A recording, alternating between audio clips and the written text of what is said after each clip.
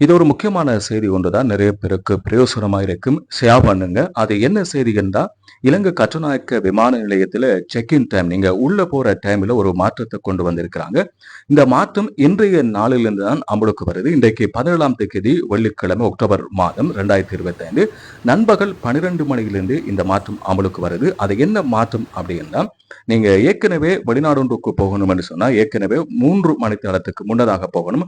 உங்களுடைய விமானம் புறப்படுவதற்கு திட்டமிட்ட அந்த நேரத்துக்கு 3 மணித்தியாலத்துக்கு முன்னதாக உள்ளே போனதுக்கு அப்புறம் தான் உங்களை பதிவு செய்வாங்க. இப்ப 4 மணித்தியாலத்துக்கு முன்னதாக போனாலும் உங்களை உள்ளே எடுத்து உங்களை பதிவு செய்வாங்க. நீங்க காத்திருக்க வேண்டிய அவசியம் இல்லை. இதை ஏன் செய்றாங்க, இப்படியான மாற்றத்தை கொண்டு வராங்க அப்படின்னு சொன்னா, பயணிகளுடைய சேவைகளை மேம்படுத்துறதுக்கும், விமான நிலையத்துக்குள்ள பயணிகள் போக்குவரத்துல ஈடுபடுவதற்கான அவங்க போவதற்கான ஏற்பாடுகளை சீராக செய்வதற்காக தான் இந்த திட்டத்தை அறிமுகப்படுத்தியிருக்கிறாங்க.